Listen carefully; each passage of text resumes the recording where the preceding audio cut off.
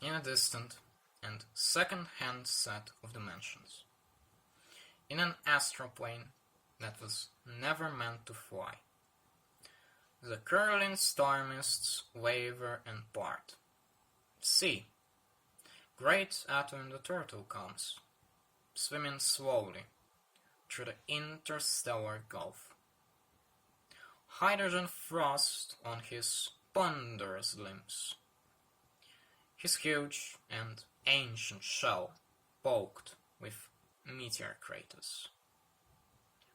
Through sea-sized eyes that are crusted with rheum and asteroid dust, he stares fixedly at the destination.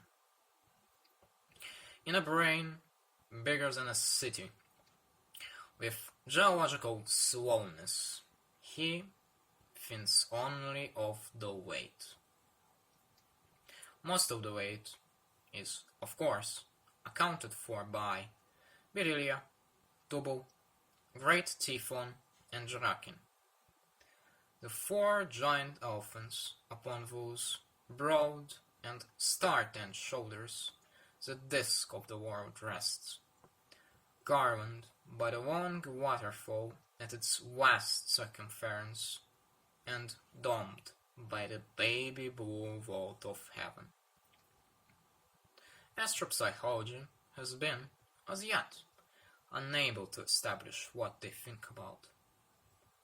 The great turtle was a mere hypothesis, until the day the small and secretive kingdom of Krull, whose rimmost mountains project out over the rimfall, built a gantry and pulley arrangement at the tip of the most precipitous crack, and lowered several observers over the edge in a quartz-windowed brass vessel to peer through the mist veils. The early astrozoologists, hauled back from their long dangle by enormous teams of slaves, were able to bring back much information about the shape and nature of Atoin and the elephants. But this did not resolve fundamental questions about the nature and purpose of the universe. For example, what was Atoin's actual sex? This vital question, said the astrozoologist with mounting authority, would not be answered until a larger and more powerful gantry was constructed for a deep space vessel. In the meantime, they could only speculate about the revealed cosmos.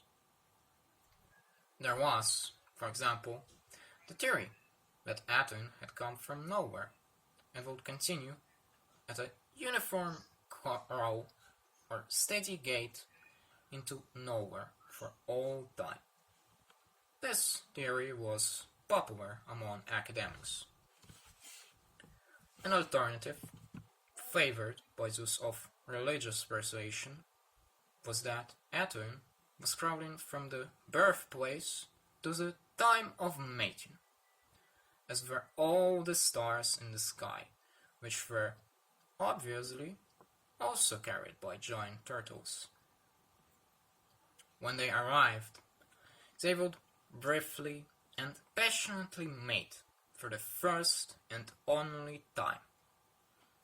And from that fiery union, new turtles will be born to carry a new pattern of worlds.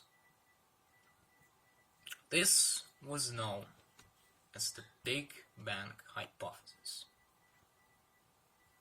Thus, it was that a young cosmochelonian of the Steady Gate faction testing a new telescope with which he hoped to make measurements of the precise albedo of Atoin's right eye, was on this eventful evening the first outsider to see the smoke rise upward from the burning of the oldest city in the world.